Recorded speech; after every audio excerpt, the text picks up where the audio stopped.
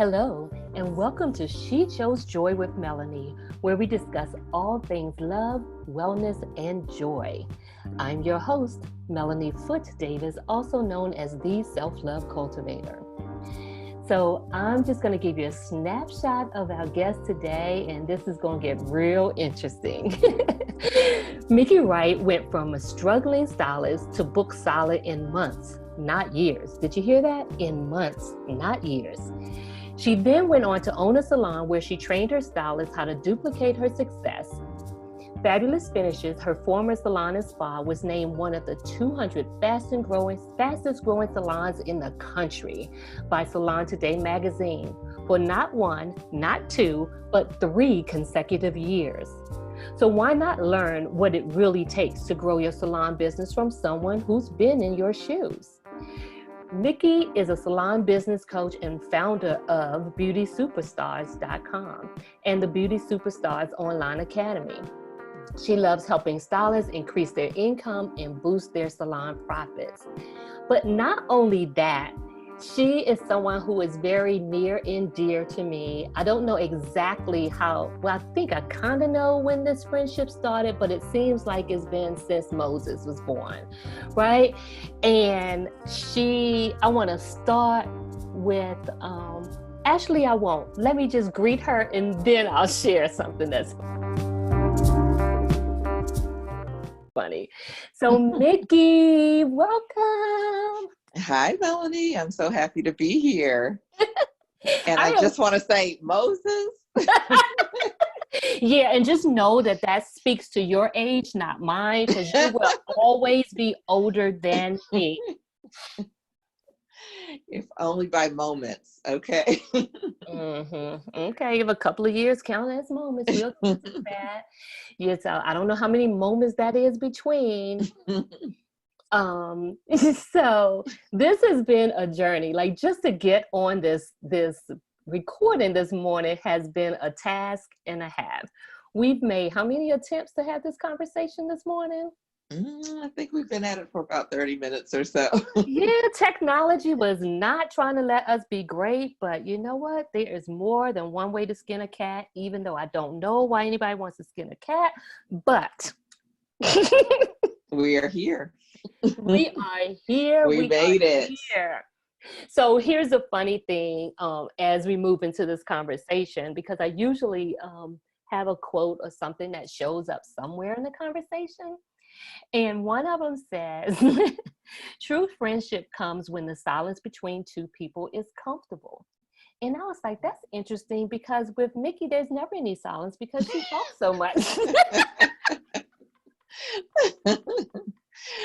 I have a feeling some of your listeners may still be getting to know Melanie, but just listen in and kind of follow her and see what you think about that statement as to who talks a lot. So I get it. I admit I am quite talkative, right? Right. I will second that. But the debate is which one of the two of us says the most. And I'm just putting my money on you, Miki. Oh, okay. I have my moments, I will admit. Your moments. Okay, here we go with the moments again. I've closed down a few restaurants with having some great conversations with you and some of my other friends, as you noticed. Oh. So let's just pause right there for a minute. So if I heard you correctly, you said you closed down a restaurant a few times with me and some other people. So when I hear that, the common denominator in having conversations that close restaurants is you. Because I haven't closed any restaurants down with anybody else. Okay. We'll go with that. I'm not sure about that, but we'll go with it. I'm going to roll with that. One of the things that's funny is, so we met in the beauty industry where we worked in the same salon together, Kelly Heron, which was a fascinating experience. And the day we actually became friends, actually started with a marathon conversation. I think you're right. It Yeah. started after a wedding, I think, with one of our colleagues from work. Yeah, That's what I'm recollecting. it is, but we were going to a wedding. One of our colleagues was getting married. And we both got dressed at the same place, and I believe we rode together to the wedding. Did we? I can't remember. All I know is It's after it's the been a long wedding. time. Yeah, we must have, because after the wedding we were in your car Right. Okay, I remember that. and we had a marathon conversation. It was our very first marathon conversation. And it's pretty much not stopped since then. It has not. And so I was actually just telling someone, because I recorded another episode earlier today, that I was going to have a conversation with you, and that I had no idea how we were going to keep this within an hour, within 30 minutes to an hour, because, you talk more than me. So just to know, I'm just going to run with that all day. Okay.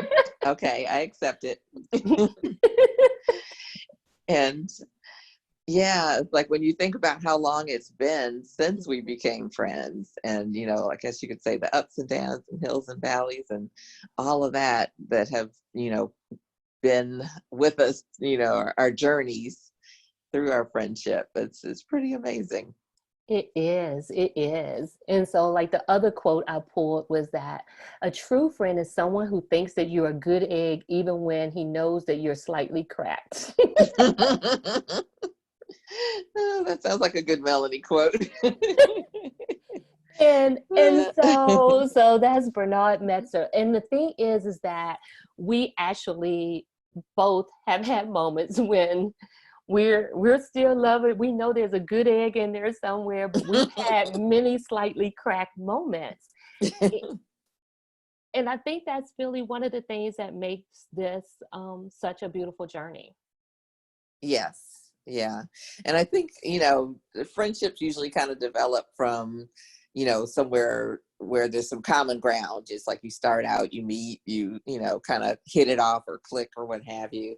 But being able to sustain it for a long period of time is a series of, cracks and, ups and downs and closing down restaurant moments and all of those kind of things. So, yeah, I mean, I think you have to anticipate that. And then you and I don't know if you were planning to go into this, but you and I work together as well in various different types of scenarios. And so that was always something that we were always conscious of, separating our friendship from our professional life. Yeah, we worked together as colleagues, and then we worked together in a way where you were technically my boss. Yeah, you were my boss, and we were able to still thrive together in that environment, Very and much so. yeah, and I'm really grateful that we actually have the wisdom and the maturity to be able to do that. Yeah, definitely. And for anybody listening, what Melanie didn't share was that she was a great, big, huge part of that 3 years of really phenomenal growth that we had as a salon team. And so I have to say thank you. And, again, and I really, appreciate the fact that we were able to work so well together, because without you, there wouldn't have been that, none of that success would have been possible, honestly. Thank you. Thank you. Like, I'm grateful for the opportunity and the experiences that came through that. And like, it really helped me evolve in so many different ways. And I'm grateful that you entrusted me, not as your friend, but my skills and talents and what I had to offer in that professional setting, like, to be able to recognize it for what it was worth, and to entrust the team with me and my leadership. So I really appreciate that. And Yeah.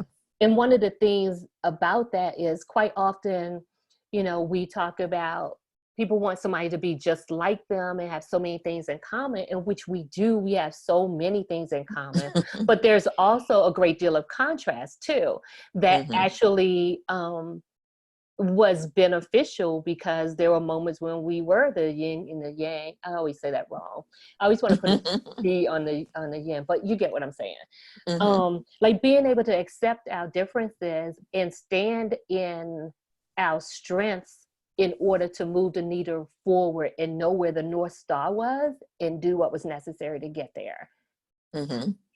Yeah. I mean, I think that that's, part of friendship, and definitely part of working together. And I guess I think of it as like a level of respect, it's like, and do you respect, I respect what you bring, you respect what I bring. And it's like, sometimes we don't agree. And so we can respectfully have a conversation about that and sort out, what's going to be in the best interest, and kind of in the bigger picture. Yeah, like, remember that activity? I don't remember what it was called, and I would love to find it. So if you have it, please send it to me. We did this exercise. Because one of the things we were always doing in the salon was when we had team meetings, we were always doing things that was centered around like helping to build and strengthen the mindset shifts, and really use experiences within the business to help our teams evolve mentally and grow from that aspect, so that they can blossom. Like it wasn't just about the salon growing, but it was about that personal development piece. And so there were several different activities we used to do. And one of them, I don't remember the activity, but I know the results was something where it would show whether you would think, then act, then think and do, and then be. You know what I'm talking about? And we definitely came up. You were the do. I think it was feel was the other thing. I think it was like a do think feel, or do feel think, or you were a feel, you were the do first, do think. No, wait a minute, which one? You were the do. I know do was first for you. And then you would feel, and then you would think, oh my goodness, what did I just do? Right.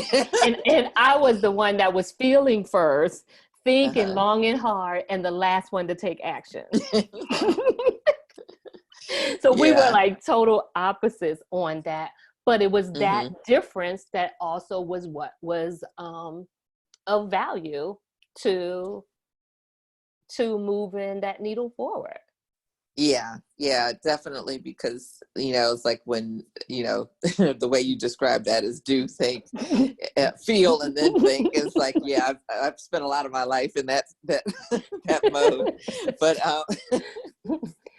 But I think it was your feel that helped with, Melanie took care of the team aspect. She was our salon leader, and, people gravitate toward Melanie anyway. That's why she's so good at what she's doing now, to, express what they're feeling and really feel like she is a confidant, and, that they can trust that relationship. And so that was great, because it's like, I love people. I care about people. It's like our team, was everything to me.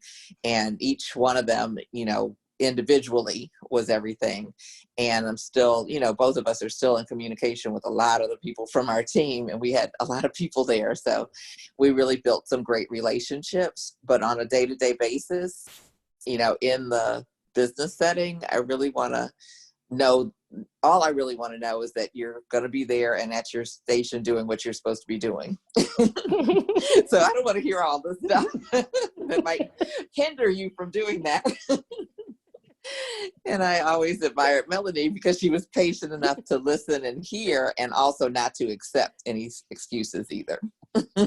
Yeah, it's like I would listen and hear what the concerns were, and then tie that back into, now that you've gotten that out of your system, let's see how, what you're feeling can either be a distraction for you in your progress, or helped to serve you. And let's tie that back into your role here. So yeah, exactly. it just and and I love the fact that we get to see all of them now, like really shining. Oh, And wow. yeah, like it just makes me feel like a proud big sister, if you will. And you probably Hmm. like the mama bear or something. Yeah, yeah. And I'm actually kind of tearing up right now just listening and thinking about everybody. Yeah. Yeah, Yeah, and I'm it's very like proud. it's those moments though, like seeing it now and then being able to reflect back. It's Hmm. like, I don't know about you, but do you ever have a moment it's like, that's exactly why we did it the way that we did? Yeah, I do. I do. And, it's like sometimes I guess I was accused of being a little hard sometimes a little too sarcastic, and sometimes I might hurt someone's feelings, which wasn't intentional. But, but definitely a lot of my personality and my style was very intentional. Mm-hmm. I was actually reading a post of a friend of mine. He's a Black male, and he is really strong in IT. And he has his grandchildren. I didn't even know he was old enough to have grandchildren, like, I don't know, 15 and 8 or something like that. But anyway, he has them, and he's like, we have coding school. He's teaching them how to code. And I'm like, oh, is that fabulous? He's like, when we're in coding school, there's no TV, there's no phone, there's no, it's like he's really set up some really clear boundaries about what we're doing and how it's going to be done. And today, it was like saying, they're there and they're like, oh, well, we're hungry. It's like, oh, well, you think I'm cooking breakfast for you every morning? It's like, you guys are old enough, and so you're showing them how to cook. It's like, you need to be able to take care of yourself. You need to be able to, really take care of a home. And, he's just really teaching them different things. And a lot of times, what he was saying also was that a lot of times as parents, it's like we're so busy kind of almost enabling our kids that we're doing them a disservice. Mm-hmm. And I think with our team that I think that was an area we were definitely on the same page that, people needed to be responsible for themselves and learn some of the things that they may or may not have known as far as, how to build a relationship, how to treat a client, what customer service actually looks like, not just in a word, but, what it Mm-hmm. looks like on a day-to-day basis. So, yeah, so it was Yeah. intentional, and I am proud. Yeah, I am. Like, a lot of times people talk about the things that they regret. And of course, if, Hmm. in hindsight, were there some things that I would have done differently? Absolutely. But, in the grand scheme of things, when I reflect back to those years, I'm really proud Hmm. of what we created. I really Yeah. am. I'm proud of what we Yeah. created. I'm proud of who they've become and evolved into. And just Hmm. like my heart just oozes. Yeah. And another thing, like really quickly about the whole feel component, like sometimes people think that because I feel first, or, I'm very in touch with my emotions as far as that's concerned, that means that I'm soft, or Hmm. that is a pushover and things like that. But I'm also very nonsense, and I'm totally open to practicing fierce love when it's necessary. And fierce Hmm. love doesn't necessarily feel good in the moment, and which was also your fierceness too. Like you were standing for fierce love. We just showed it differently. Hmm. Right. Right. And I think similarly at the end of the day, Mm-hmm. but you're talking about feeling and that being a really positive thing. It's like it reminds me of a quote that's in Deepak Chopra's book, The Seven Spiritual Laws of Success, which is one of my favorite books. Mm-hmm. And he talks about the heart and how people think the heart is mushy and, it has all of these things. But he's like, on the other side, the heart is intuitive. It knows more than we know thinking about things. Mm-hmm. And so we need to tap into that power more frequently so that we can navigate our lives from a space of intuition and be guided by that force, which is very powerful, versus, thinking it's like, oh, well, it's like I shouldn't really listen to myself. And, it's like I find that with people that we do have this intuition and we don't always tap into it, especially as women. We sometimes get where people are kind of trying to dissuade us from what we know, where they're trying to say that what we know we don't know. It's like, oh no, that's not right, that's not going on. And we know in our spirit, and then sometimes we fold and it's like, and we go along with them, well, no, it probably isn't, you know what I mean? Yeah. And it creates a lot of doubt in ourselves when we really should be confident in trusting that. And trust is the key to all of what you just said. It's being able to trust it and being in that space where we know it, when we know that we know that we know. And, you know, and with intuition, one of the things that, you know, we can be very clear about as far as my experience of it, is very direct. Like, it's not, for me, it just says do.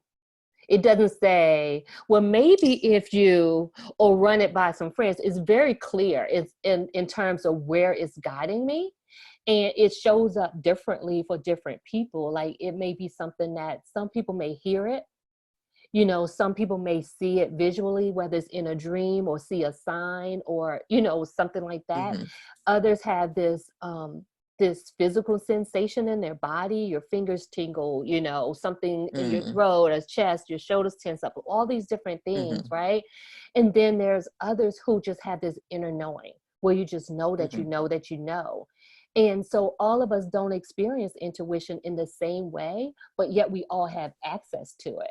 And some of us experience it in all of those different ways, but there's typically one that's stronger than others. So like for me, quite often it's an inner knowing. And then it's also sometimes a physical sensation. Well, no, it's also dreams, because I have dreams. And then sometimes it's a physical sensation, but the most common is probably visual and inner knowing. And even when I would want to say that I heard, like when I say that I heard something say, right, which is inner wisdom, I really didn't hear it audibly. It's more of a feeling that translates to words. Does that make sense? Yeah, definitely. I mean, I think what you're describing, that we can all say at some point in time, we were really clear that was present for us, you know, whatever way it showed up. And when we honored that, it worked out well. When we didn't honor it, it may not have worked out as well.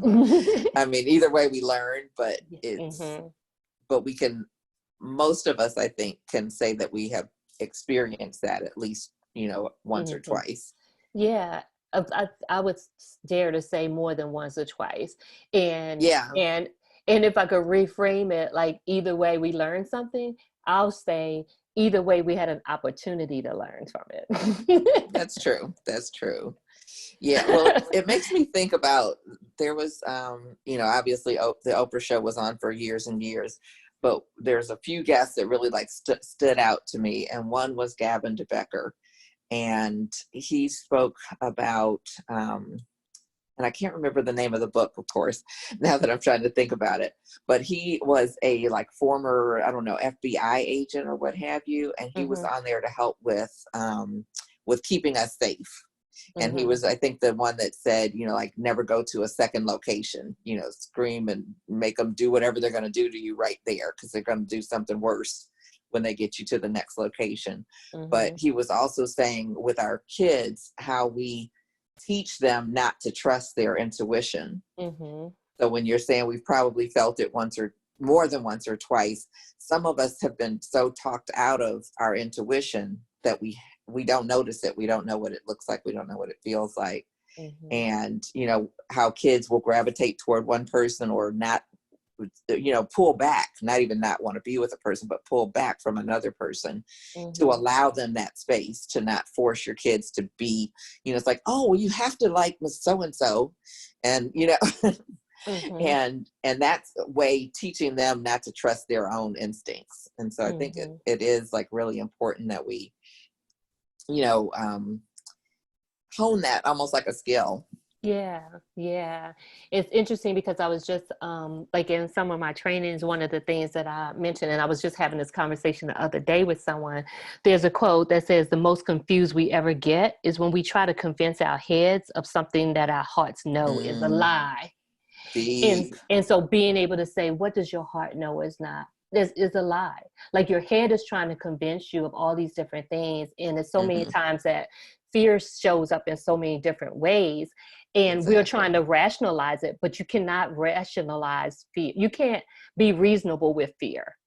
Because it just doesn't work in that way. And so there's many times that our heart knows that what our head is trying to tell us, or even I'm going to dare to say what external voices, people outside of us, are trying to tell us. It doesn't feel right inside. I'm going back to that feeling space for a minute. It doesn't feel true for you, right? Or I'll just own it for myself. It doesn't feel true for me. Even though it makes sense logically, it still feels out of alignment. And so being able to trust it in spite of what I'm hearing, it always, whenever I trust it, it always lands in right where it's supposed to be. And when I don't, and I choose to go with the other piece, it doesn't. And so when I think about us and working together, that's one of the things where our approaches may have been different, but there were many times that our energy was aligned. And so we may have spent, we may have had other marathon conversations about next steps in the business or what have you. And we may have played with it, what it looked like on paper and all these other things. But there were times when we just totally trusted our gut on it. Like the idea came and it was risky, but it landed. Right. One of the examples is the packages. Okay, the packages we put together for our salon guests. Yes. Yeah, I actually just came across that picture. It's funny you bring that up. Talking about energy alignment. And I wrote, and what I had written about it. So wow. Go ahead. Yeah, and so it's like we're are toying with these ideas, and as you were preparing to expand from a salon to a salon and spa, and the idea was dropped in, like divine download dropped in, about offering packages to clients to be able to pay in advance for services in exchange for they would find value in it because they would actually get more than what they paid for monetarily, right? But their experience would be of a greater value. And the thing was to fill an immediate need, but it turned into something that clients liked and were asking for. And so some may say, oh, that's ridiculous. You're getting ready to ask clients to, especially in the beauty industry, you're getting ready to ask clients to spend $1,000 up front and you haven't provided a service. Yes. and remember, clients were even reminding us, like, I think it's time for me to get up my package. Right. It's time for me to reinvest. Right. They were asking to reinvest. Right.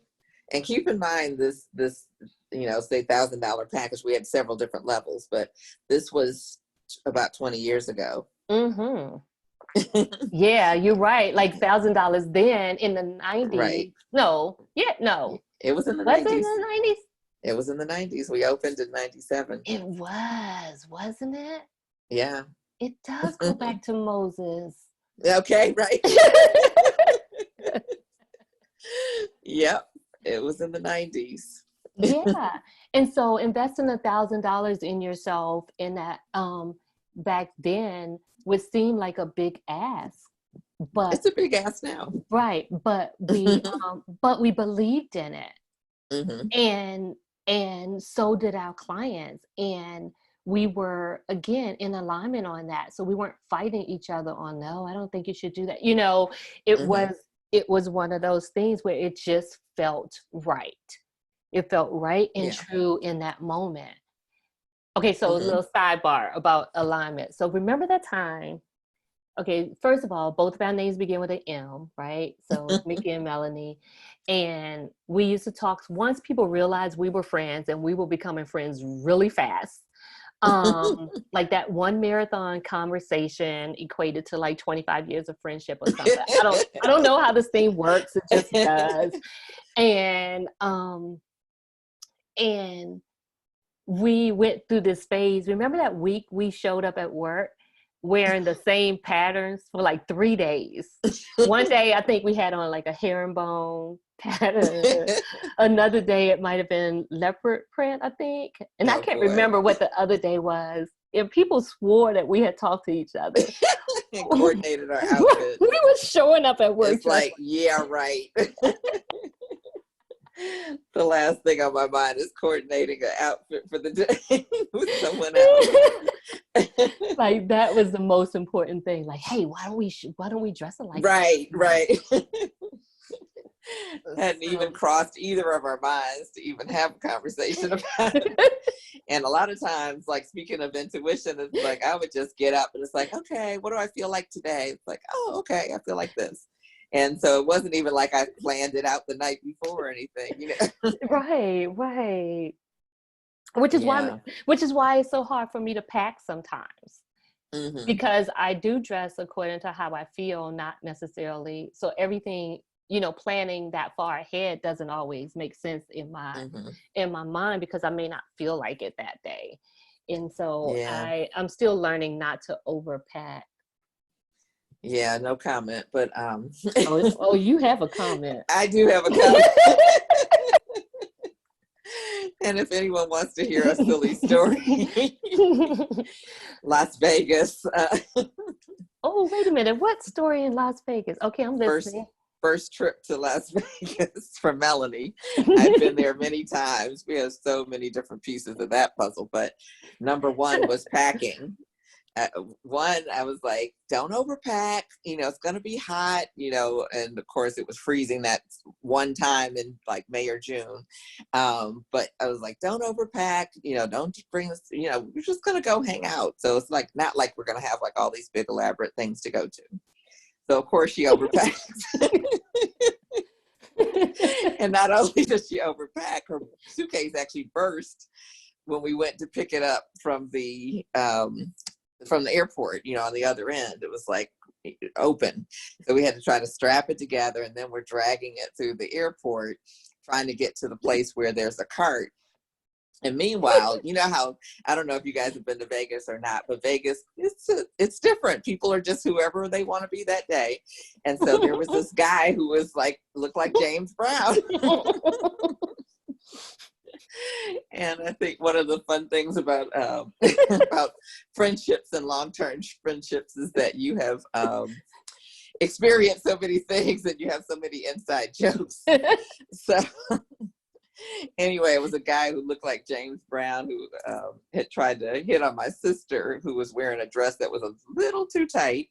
And so we cracked up about that, but he kind of eased up to her and he was like, hey, doll. And so so when we see the guy just easing up to Melanie, hey, doll.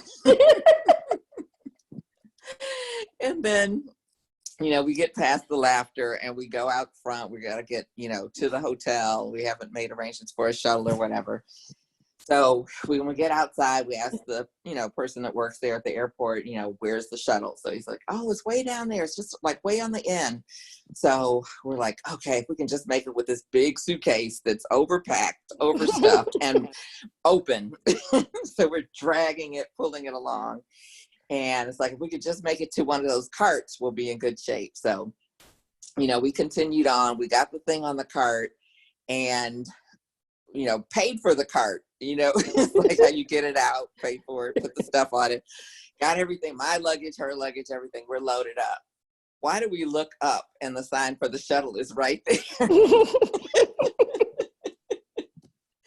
And I have to set the setting a little bit. It's like we worked on Saturday. This was Saturday evening. So, you know, I think Melanie started earlier than I did, but we were up around 6 a.m. or so to get ready for work, make sure we're packed, ready to go to the airport. And so by the time we get to Vegas, it's really like 2 o'clock in the morning or something, 3 o'clock in the morning. So we're like punch drunk. On top of everything else, we're exhausted and don't know what day it is, time it is, or anything. So we get on the shuttle bus finally, and the shuttle bus, the driver, you want to tell this part? It was just, she couldn't keep track of which people were going to which hotel. to the point where all of us were telling, well, he's going to the Excalibur. She's going to the Bellagio. We're going to such and such. Everybody on the shuttle knew where everybody else was going, and the driver was still confused. And you have to share about the sign that was in the. Then the sign said. The sign said, because at this point everything was funny. When I'm exhausted, I'm either easily irritated or extremely silly. And fortunately, this was one of those extremely silly moments. And even though I believe you exaggerated on the suitcase bursting, but anyway. Did anyone see my eyes when she said that? I know we're on a podcast, but yeah, just imagine. So it's like the sign says tips are welcome, but R was spelled AER. And I could not keep it together. And I should say one thing that we do have in common is we like things spelled correctly and pronounced correctly. So it was quite a night, and I think we finally made it to our hotel. Oh my goodness, tips are welcome. And it's like, okay, this was hilarious. And like the thing about that cart, like the thing is, when we put the money in to get the cart to carry the luggage, it was even that, remember, it didn't even want to, we had a hard time separating it from what it was locked. Like it's locked in and you had to pay for the cart. And after all of that, for our stop to be right there at the same place that the cart was, it's like, are you kidding me? I do want to make one change to the story. Is the Hey Doll was actually in Atlanta with Nish. Well, that was the original one. So okay. It was so funny. Yeah, that was. Oh yeah, when so we funny. saw him, it was like, "Hey, Tom." Oh my goodness. That was why it was so funny. Yeah, because Nishan wasn't with us, so it was just the two of us. Talking about an inside joke. Remember that time when you were I think it was actually getting dressed for that wedding or one of the weddings.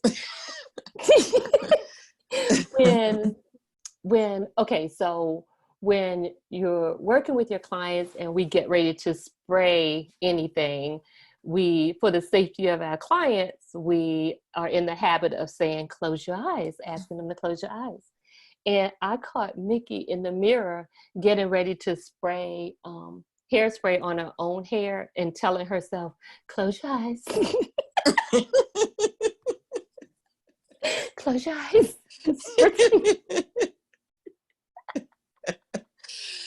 It was such a habit. I didn't even realize. Oh, that was so funny to me. But of course you caught me. Oh my goodness. It's like, did you just tell yourself to close your eyes? I was like, I think I did. I don't know why, but I did. Here's the thing. Can we just go back to the marathon conversation for a minute? Sure. I think the longest one, at least I think, is the longest one is we left work that Saturday, and then we went to grab a bite to eat after work. And then we closed the salon down. The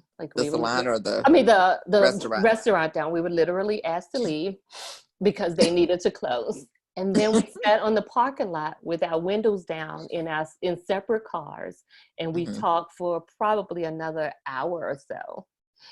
And then we drove home, and then I think there's an extra piece in there. Did we talk on the way to the drive home? We actually got in one car and went on a mission after all of that.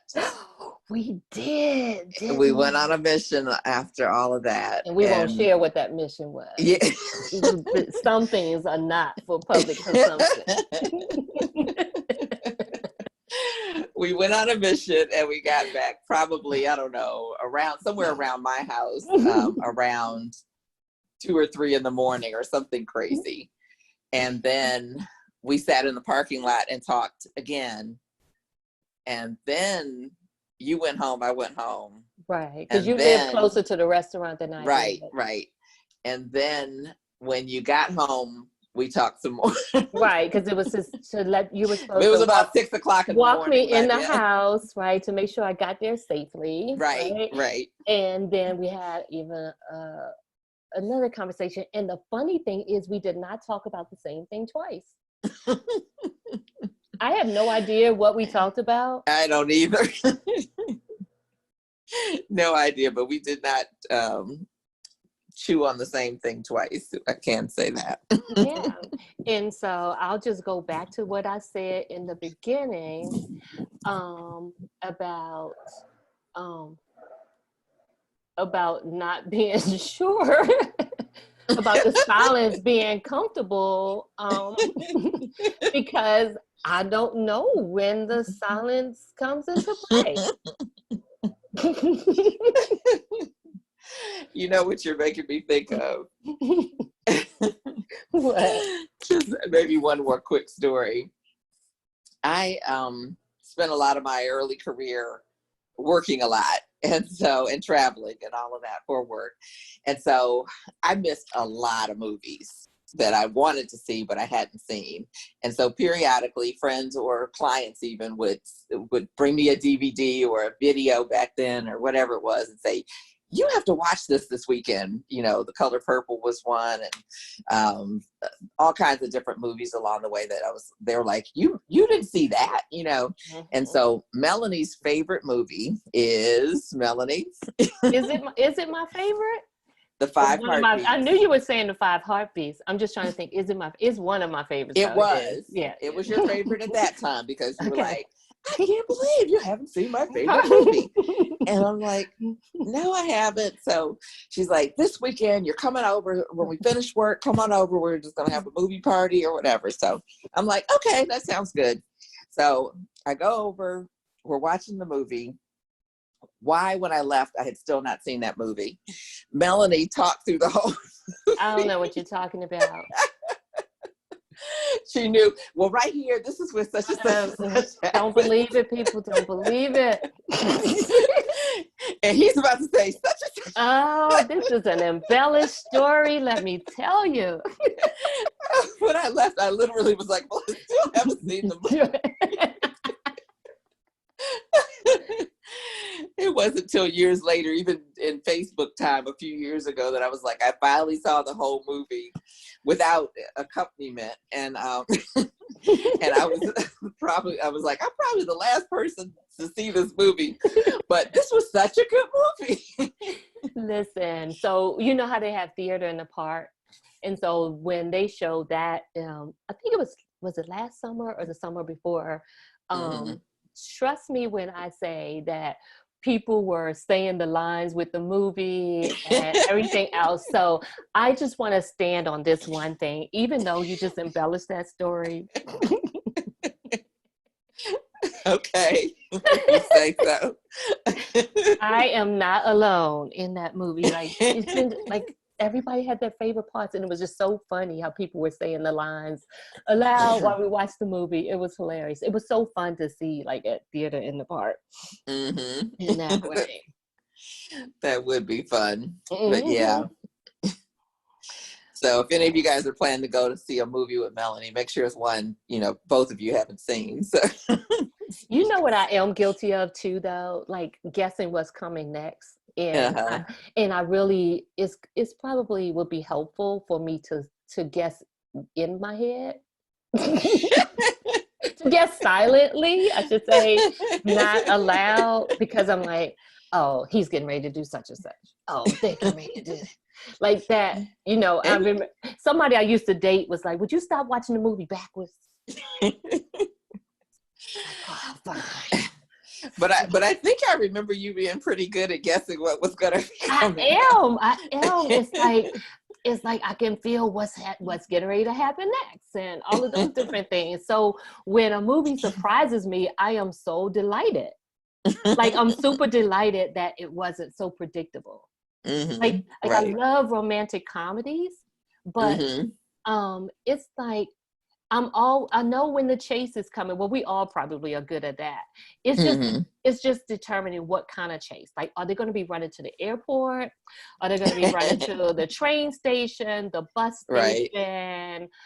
trying to get to their friend's house before they pack up and decide that they're leaving town to pursue their dreams because you broke up. Like, whatever it is, you can always tell when the chase is about to happen. And Right. you can pretty much predict how they're going to get back together too. Yeah. Yeah. That's kind of what I like about those kind of movies, though. It's that it's not so deep. Not so deep. Yeah, it's a good escape. It's definitely a good escape. And it's one of the things that brings me joy, actually, is escaping in a good movie that, of course it does have some meaning to it, but like just to lighten the load of whatever's happening and like to separate myself from my real life for a moment and get lost in a movie or a good book, which it's time for me to read a good book because I haven't read something just for pleasure in a long time. And that's something I used to do all the time. Yeah. And so I'm really ready to get back to doing that. So. Yeah, I want to spend a little time with that myself. Yeah, like instead of just reading like things that are about personal development or things that are that are business related, being able to just get lost and go on a journey with the author. Exactly. Yeah. So I don't this know, has been guys. So good. It is. So who used the most words, guys? Who used the most words, Miki or me? They're probably gonna say it's a tie. I'm okay with that. It's just been really well, I'll share one more quote. Let me see if I can find it that I found. And it is, well, you can go ahead and say something. Fill in the space with words while I find it. You're good at that. Thank you. I think.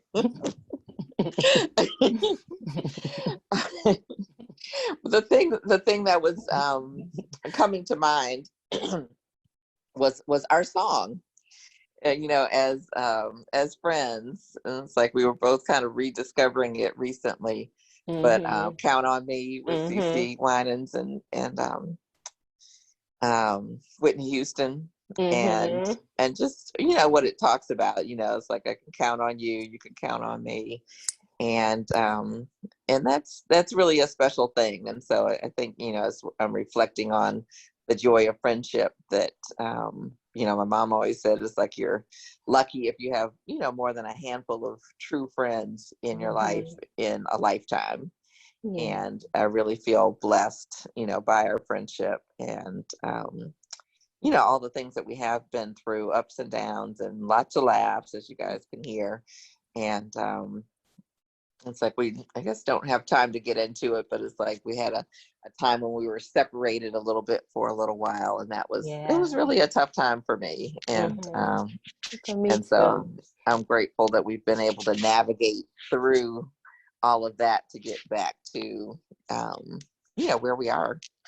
And I think there's such value in friendship that it's I don't know if it's underrated or not, or if there's not a lot of places where you hear about it. And and building good relationships, I think is really really a key to life. And now we're so attached to our phones and all of that I hope that people are able to just connect. And I think maybe this pandemic time has been a good time for that too.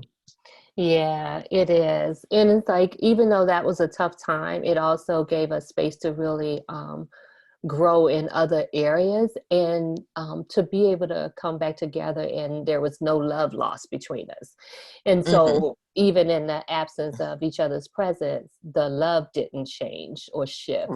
The way it showed up in those empty spaces, or what may have felt like empty spaces at the time may have been different, but there was still always this inner knowing that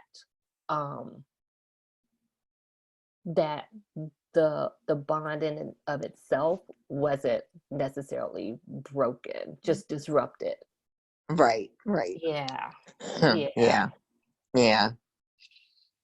So I'm grateful. I am too. I am too. Which is one of the things that I usually ask is what are you grateful for in this moment? Well, I'm definitely grateful for our friendship. I'm grateful for where I live.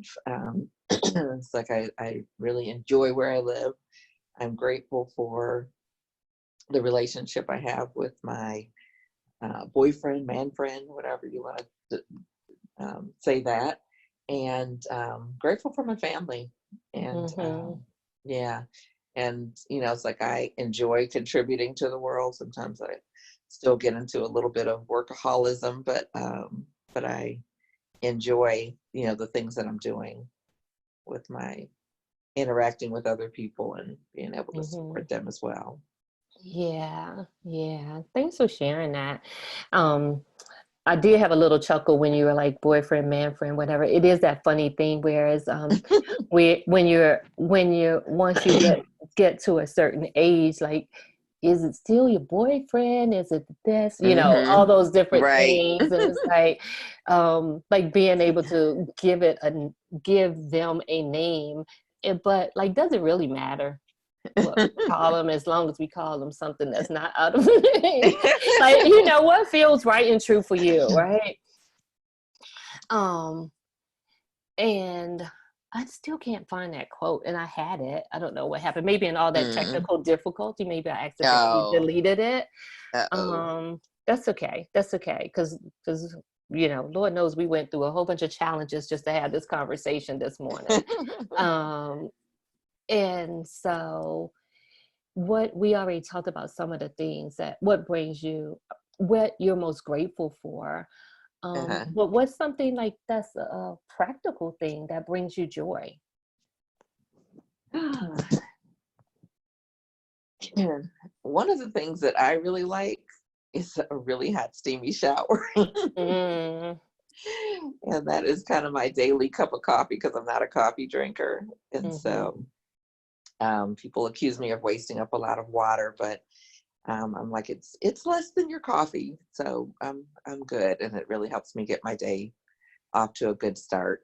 Um, mm-hmm, yeah, and I like having the space in the morning to kind of ease into my day mm-hmm. instead of, like you get up, the alarm goes off, you got to race and try to get out the door. And so that's something that brings me joy. It's just having that flexibility, I guess you could say. Yeah, like in my mornings when I start my day with my time to myself, my journaling time, my Hmm. quiet moments, and being able to just connect with source, it Hmm. really sets the tone for my day in a different way. And Exactly. and and to be honest, sometimes when I don't, it feels like a disconnect on some days. And so I tend to carry my journal with me even now. Hmm. Probably over the last year or so, I'm more intentional about having my journal with me because there may be moments to share and to stop and really, Hmm. really release some things or even to celebrate what I'm experiencing in that moment that I want to capture the feeling of it. Right. Um, which is another thing that I've learned to do. Like with this podcast, a part of it is because there were so many times when didn't want to, I didn't feel comfortable being in that blissful space or experiencing that inner peace when it was something that was saddening or hurtful happening around me Hmm. in other people's experiences. And so this is like my coming out party to be able to Mm. celebrate the goodness that happens within me, even when there's sometimes chaos or disruption around me, that I actually have a right to experience those joyful moments and can still occupy, like, whole space and have empathy and compassion for what's happening in somebody else's world without compromising my own inner peace. That's And powerful. and so being able to tune into that has really been a real gift to me in ways that I hadn't even, like, far beyond what I had ever imagined. Like I'm actually tearing up as I even share that. Hmm. Um being okay with tapping into that joy. And I'm sharing this because there's somebody out there listening who may feel guilty for having a good day when somebody in your life is not. Mm-hmm. Right. Yeah. And it's important to be able to not bypass any of your emotions, including the good feeling ones, for the sake, like, you don't have to sacrifice that experience, and for the sake of being a good friend, a good partner, a Mm-hmm. good daughter, a good mother, a good sister, or whatever that is for you. You can actually have, it's a both and, not an either or situation. And Mm-hmm. so I invite all of you into really being able to step into that, even if it's just for a few moments, and just hang out in that space just a little longer. Right. Yeah, Yeah. Yeah. It's a powerful space. it is. It really Yeah. is. And it has served me greatly, Mm-hmm. because even in this moment, as we're recording this cast, there's a lot of things happening around us that is not so joyful. Mm-hmm. Whether the things that's happening outside of me and things that's happening in terms of my Right. personal world as well. And so to be able to give myself permission to play in this space and be curious about where it's leading Mm-hmm. is really yummy. Yeah. Yeah. I, And I'm I think grateful just that you are on trusting this in the journey with me. process. Yeah, Yeah. definitely. Yeah, definitely trust in the process. Mm-hmm. Mm-hmm. Yeah, Mm-hmm. that it's all unfolding. Mm-hmm. I found the quote, Oh, good. and it's, there's not a word yet for old friends who've just met. And that's how Mm-hmm. it was in our marathon conversation. That very first conversation was like old friends who just met. Mm-hmm. So hello, old friend. Hello, old friend. Uh-huh. That is perfect. That really sums it up. Yeah. And so with that said, I just want to thank you for being here. And can you please let others know how they can stay connected with you? Well, I guess the easiest way, you could follow me on Facebook or Instagram. On Instagram, it's Miki Wright. It's Miki, just one K. Miki Wright, Wright. On Facebook, it's Salon Biz Coach. And I also have my website, beautysuperstars.com. And that's stars with an S on the end. Okay. Well, you all have Yeah. heard And it. there's free gifts on there as well if you're a business owner in the beauty industry. It's like you might enjoy. Yeah, and you just might shift your life, right? Mm, Um, absolutely. yeah, there's a lot to be said about the beauty industry. I'm gonna just say this real quick before I go. Like, there are many times when I passed back years ago when I was working with you, and even now where I passed it and there's a sign that says Stylist wanted. Mm-hmm. And that was something that we never posted. We never needed a Stylist wanted sign. Mm-hmm. Instead, the opposite was true. There were stylists waiting to be a part of the team. And I Mm-hmm. feel like that's something that is not common. Mm-hmm. And I appreciate it, and I'm grateful to have experienced that, where it was a place Mm-hmm. where people were asking to come to work. Yeah.